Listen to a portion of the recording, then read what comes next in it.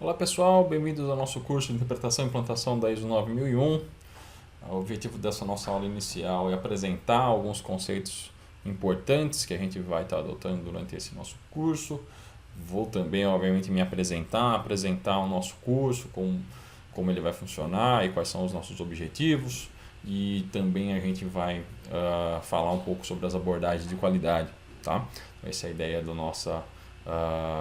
desse nosso bate-papo inicial. Ok? Então vamos lá.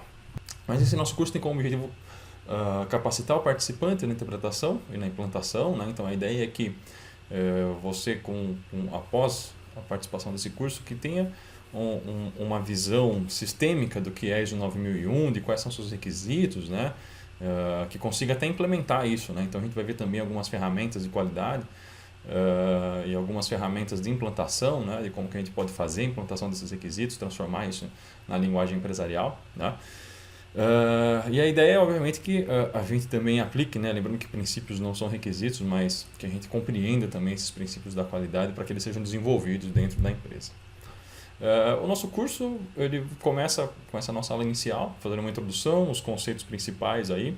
Aí depois a gente começa a falar um pouco sobre o histórico das normas, a estrutura das normas do sistema de gestão, o sistema de gestão de qualidade em si, né, e obviamente entrando mais a fundo nos requisitos da ISO 9001 na sua versão 2015, que é a versão mais atual, né? E aí a gente vai intercalando alguns materiais, algumas videoaulas sobre a implantação, né? Então a ideia é que, além de fazer a interpretação desses requisitos, a gente consiga implementar isso na prática, botar em prática isso, quais são as ferramentas, quais são os caminhos que a gente pode seguir na hora de fazer essa implementação. E a gente também tem os exercícios de estudo de caso, que a gente vai estar trabalhando aí durante esse nosso exercício, tá? E o nosso curso. Só para me apresentar, a minha formação, eu sou tecnólogo em informática pela FATEC, e com ênfase em gestão da produção industrial, né? São os tipos de cursos que hoje não existem mais, né? Mas em resumo é um curso de informática misturado com engenharia de produção aí, né? E aí eu fiz a minha especialização em engenharia de produção na Unesp, o meu mestrado também em engenharia de produção na Unesp, e comecei basicamente a trabalhar com gestão de qualidade em 2004. Foi quando iniciei meus trabalhos como coordenador de qualidade em uma empresa. Em 2007 eu comecei a fazer minhas primeiras consultorias junto com uma equipe. Eu ainda não lecionava na época, né? E desde 2007 até 2017 eu trabalhei como consultor de implantação. Fiz o meu curso de auditor líder, então eu tenho a qualificação de auditor líder da ISO 9001 na sua versão mais atual, que é a versão 2015, tá? Esse curso foi executado pelo BVQI, o Bureau Veritas Certification. E recentemente eu entrei no Instituto Federal e estou agora no campus de São Carlos. E desde então eu já lecionava antes do Instituto Federal, eu comecei a lecionar ali em 2012, quando eu terminei o mestrado, mas em instituições privadas, e em 2017, que foi quando eu também parei com os meus trabalhos de consultoria, foi quando eu entrei no Instituto de São Carlos e estou me dedicando agora à carreira acadêmica. Mas fiz muitas implantações, principalmente de ISO 9001, então tenho uma bagagem muito grande aí sobre esse tema. Vamos começar a falar sobre algumas definições importantes, né? A primeira dela é o que é qualidade, né? Então, eu costumo a brincar com os meus alunos, né? Que uma forma legal de definir o que é qualidade, eu obviamente que gosto de tomar uma cerveja aí nos fins de semana, é fazer uma pergunta simples, né? Porque não é tão simples definir qualidade, é diferente do que é uma cadeira, o que é uma lousa, né? Isso é fácil de definir, mas o que é qualidade já é um pouco complexo, né? Então cada um define qualidade de satisfação de cliente, qualidade é atender requisito, então existe uma infinidade de definições aí, o que não torna uma maneira tão simples aí. Mas eu costumo abordar a qualidade, e nesse meu exemplo da cerveja, o que é uma cerveja de qualidade, né? Então e aí obviamente que a gente começa já com alguns problemas, porque isso também varia de cliente para cliente, né? Então a gente tem lá um cliente que gosta de uma cerveja mais amarga, outro que gosta de uma cerveja mais suave, né? Mas em resumo, né, todos os clientes eles vão ter uma lista de atributos, ou seja, aquilo que ele espera desse produto, e também uma lista daquilo que não pode acontecer, né? A cerveja não pode chegar quente, né? A cerveja não pode ser muito amarga para alguns, e etc. Então, uma forma simples de definir qualidade é a ausência de defeitos, ou seja, que não tenha nenhum tipo de problema com esse produto, né? E a presença de atributos, aquilo que o cliente espera. Então, essa é uma forma simplificada aí de definir qualidade e que a gente vai estar abordando aí nos nossos trabalhos, tá joia? E aí, só para complementar, né, tem uma lista aí de alguns autores consagrados aí, e até da própria ISO 9000 sobre o que é qualidade, né? Então a gente começa a perceber que de fato, até na literatura isso é complicado. E aí tem lá, qualidade é a condição necessária de aptidão para o fim que se destina, né? Qualidade é adequação ao uso. Então cada um veio fazendo a sua definição. E até uma certa época havia um contrassenso muito grande, né, sobre a definição, de ter alguma coisa específica ali, alguma coisa definitiva sobre esse conceito. Até que veio um cara, em 1992, que foi o Garvin, que ele falou, olha, definir qualidade depende do ponto de vista, né? Então, existem 5 abordagens que a gente pode utilizar para definir qualidade, né? Então, um exemplo, né? A qualidade transcendental é aquilo que a gente olha e não consegue falar, não, isso não tem qualidade, né? É difícil a gente falar, por exemplo, olha, uma Ferrari, um Rolls Royce, uma obra de arte, como que a gente pode falar que isso não tem qualidade? É aquilo que é transcendental. Mas eu costumo usar esse conceito, né? E trazer isso para o universo das empresas, no sentido de que a sua empresa também pode ter uma qualidade transcendental. A gente tem algumas marcas no mercado, sem ser essas marcas que estão muito longe aí daquilo que a gente tem acesso, mas existem marcas que são consagradas, né? Obviamente que existe um problema ou outro, sei lá, Nestlé, Coca-Cola. Então, existem algumas marcas que quando você fala, ela é um sinônimo de qualidade, apesar de ter um ou outro problema ali, coisas pontuais, mas sempre representaram qualidade, ou seja, eles possuem já uma característica transcendental de qualidade, né? E esse deveria ser o objetivo das empresas, que quando a gente fala o nome da empresa, vem esse conceito de, não, legal, essa empresa é muito boa, essa empresa tem qualidade, né? Então essa é a primeira abordagem, né? É aquilo que dificilmente a gente vai questionar, a qualidade transcendental. A gente tem também a qualidade baseada no produto, né? Ou seja, aquele produto que tem mais atributos tem qualidade, né? Isso não significa que ele é ruim o produto, né? Mas sim, em um processo de comparação, a gente passa a ter um produto com mais atributos ter mais qualidades, né? Então a gente pega lá um exemplo até que está no nosso slide aí, uma Ferrari e um Uno, né, da Fiat, não desmerecendo o Uno, mas ele tem as suas qualidades, mas obviamente se a gente falar em atributos, a Ferrari tem mais, né? Sei lá, tem um motor melhor, roda esportiva, etc. Então, por ter mais atributos, baseado na visão do produto, ela tem mais qualidade, tá?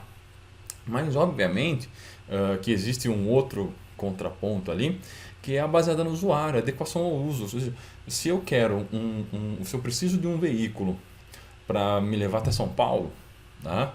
Tanto a Ferrari como o Uno vai me levar, né? Então, baseada no usuário, ou seja, na adequação ao uso, no padrão que se espera, ambos têm qualidade, né? Então, já baseado no produto, a gente tem um que tem mais, outro que tem menos.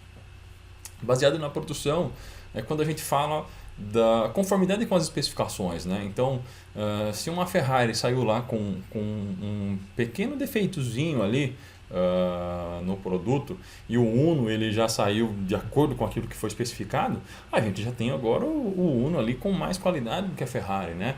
Porque ele saiu de acordo com as especificações e já a Ferrari, quando saiu ali no seu processo produtivo, saiu com algum defeito. Então, a gente tem uma diferença aí também. E agora talvez aquilo que todo mundo busca, né? Que é a qualidade baseada no valor, ou seja, aquilo que nos traz uma melhor relação de custo-benefício, né? Ou seja, quem me leva para São Paulo com um melhor custo-benefício? É óbvio que o Uno vai me levar para São Paulo com um custo-benefício melhor, de combustível, de seguro, de depreciação. Então, a gente consegue aí ter um custo-benefício mais interessante quando a gente está falando nesse tipo de produto, ou seja, no nosso Uno ali, tá joia? Vamos falar sobre as eras da qualidade.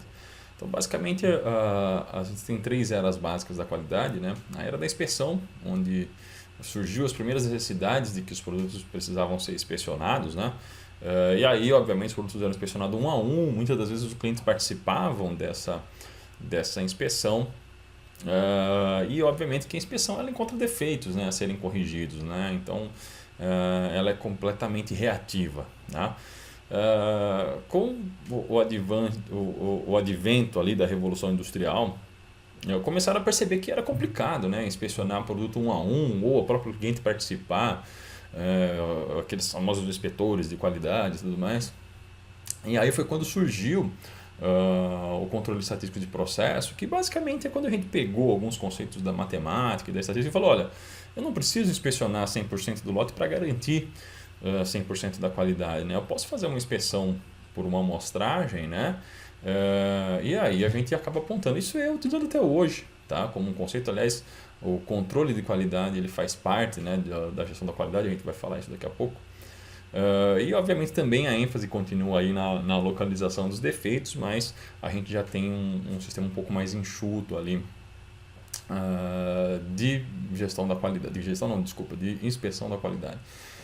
E a gente entrou na era da qualidade total, né, onde os japoneses, que foram os pioneiros, aí eles falaram o seguinte, olha, não adianta eu ficar inspecionando, né, isso é um retrabalho, eu tenho que fazer certo, então cada um precisa fazer o seu processo de forma correta. E aí quando surgiu esse conceito da qualidade total e o conceito de gestão da qualidade, né, onde toda empresa é responsável, todos os processos são responsáveis, né? Não adianta o pessoal de compras comprar melhor material, não adianta o pessoal de programação programar para atender aquela data para o cliente, se chegou na produção tem um defeito, alguma coisa foi feita errado, né?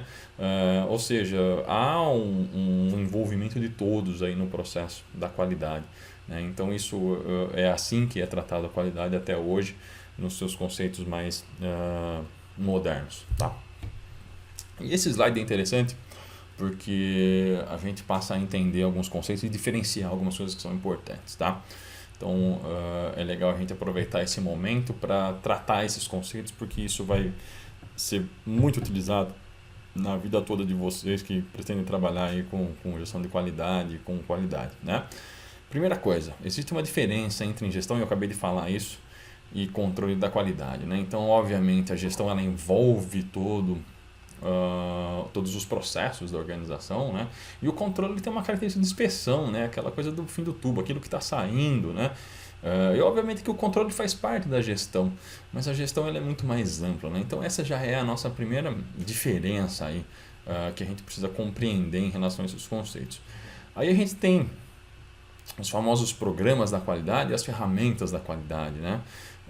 Os programas da qualidade, nem sempre, mas até em alguma forma, eles possuem algumas ferramentas ali, e esses programas também fazem parte da gestão da qualidade, né? Ou seja, eu posso ter algumas ferramentas que vão fazer parte de um programa, e esse programa pode fazer parte do meu sistema de gestão da qualidade dentro da minha organização, né? Um exemplo, né? Eu posso ter ali utilizar o diagrama de Pareto, que é esse gráfico que está no canto inferior da nossa tela, que ele vai determinar para mim ali a porcentagem acumulada de problemas ou daquilo que está acontecendo dentro do meu processo. A gente vai falar depois sobre essas ferramentas mais para frente. E ele pode fazer parte de um programa da qualidade que é o MASP, lá, Metodologia de Análise e Solução de Problemas, ou seja, ele é um pouco mais amplo e a ideia é que eu resolva os meus problemas, né? Que eu analise a causa desses meus problemas. Então, aqui tem ali o Ishikawa também, que está no meio do nosso slide, que é a famosa espinha de peixe. Eu posso ter essas duas ferramentas fazendo parte de um programa de resolução de problemas, e esse programa faz parte também do meu sistema de gestão da qualidade, né? E até é um requisito a resolução de problemas aí, da ISO 9001, a gente vai ver isso mais para frente, né? Também tem ali Balance Scorecard, Six Sigma, Manufatura Enxuta, 5S, famoso e super tradicional aí. Então esses estão na categoria aí dos programas da qualidade, e eles possuem também as suas ferramentas, né?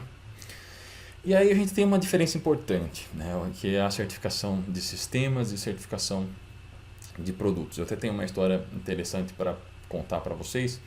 Quando eu comecei a minha carreira, eu lembro que eu trabalhava como coordenador da qualidade. E aí a gente tinha lá uma matéria-prima que não era lá de qualidade, assim. E eu me lembro muito bem de a gente sofrer bastante com a Kira, ter problema com clientes, etc.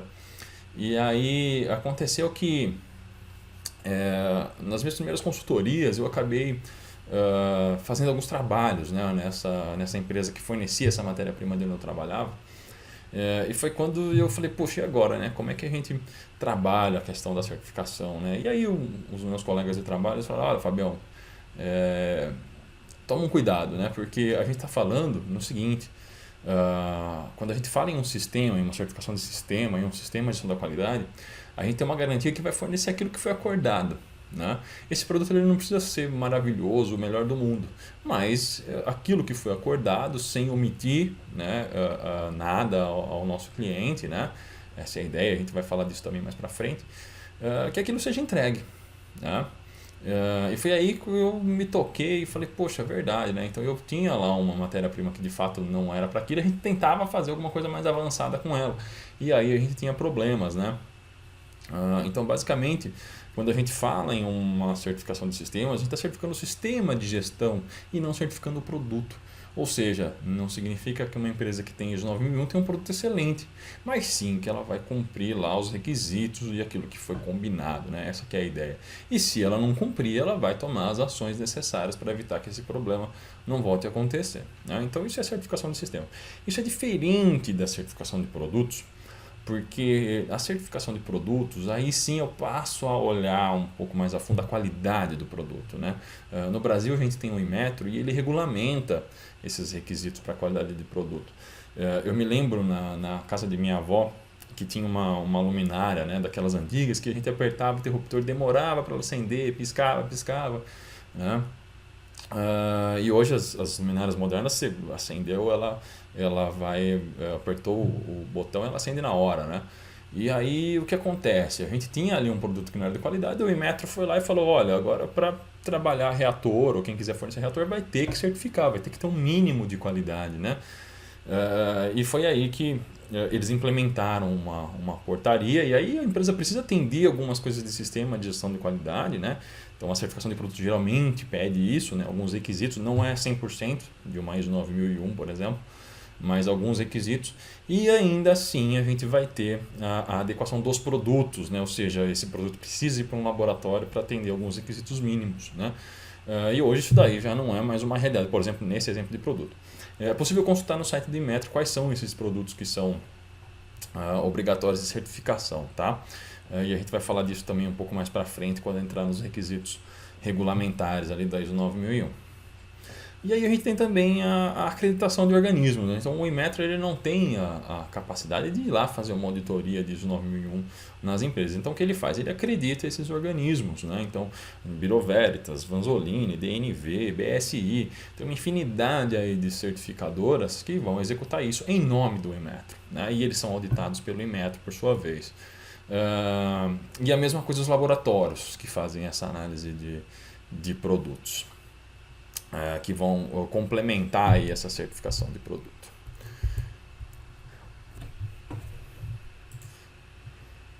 E aí, só para finalizar, a gente tem uma evolução no conceito de qualidade, onde a gente passa agora também não falar só em qualidade para o cliente, então isso mudou um pouco na versão 2015, e aí eu passo a falar sobre a qualidade das partes interessadas, ou seja, o que essas partes interessadas, os stakeholders, eles esperam da organização, né? Então, antigamente era aquela história do cliente é rei, o cliente é rei. Não, nem sempre o cliente é rei, né? Então, isso mudou um pouco aí ao longo da evolução dos conceitos e principalmente nessa última versão da ISO 9001, porque a gente precisa atender também as partes interessadas, né? Essas partes também precisam ser satisfeitas ali pelo sistema de gestão da qualidade. E aí a gente tem lá o cliente, que obviamente espera produto, preço, prazo, por aí vai, né? Os sócios que investiram, eles querem retorno de investimento, os acionistas, né? Eles querem retorno de investimento, eles querem lucro, eles querem que a empresa funcione, né? De forma correta. A equipe que espera a remuneração, a realização pessoal, a sociedade, geração de empregos, impostos, né? Junto ao governo, que também é uma parte interessada, né? E fornecedores, parceria e remuneração. Então esse é o grande desafio dessa nova norma, onde ela fala, olha, você também, além de atender e satisfazer o cliente, precisa analisar aí, né? essas outras partes interessadas sobre quais são seus requisitos, o que você está fazendo aí para atender a essas partes. Mas a gente vai avançar isso e vai falar um pouco mais sobre isso no decorrer do nosso curso. Então é isso. Muito bem, obrigado, até a próxima.